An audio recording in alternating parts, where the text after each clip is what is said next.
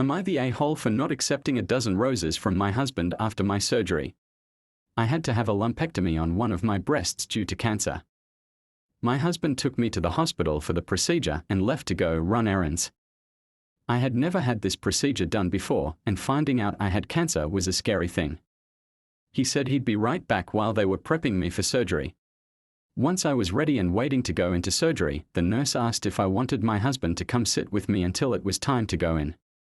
I said yes, but she came back and said she couldn't find him. I sat in the room by myself for an hour and he still didn't show. I went into surgery without any reassurance from him, no kiss on the cheek with an "I love you" or "everything will be okay." It was such a lonely feeling, and I was wishing that I had brought my mom with me instead. The procedure was done within an hour and I was in the recovery room. Once my anesthesia wore off, I was awake and realized my husband still had not returned. At this point, I was really getting worried. The nurse said he wasn't answering his phone, and she seemed irritated that he wasn't there.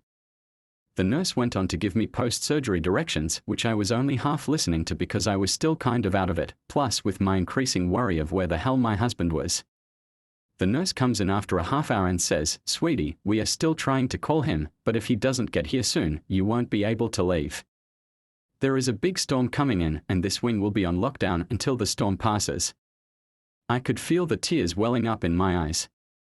I just wanted to go home. 10 more minutes go by and he waltzes in with a dozen roses, like he was the most thoughtful husband ever.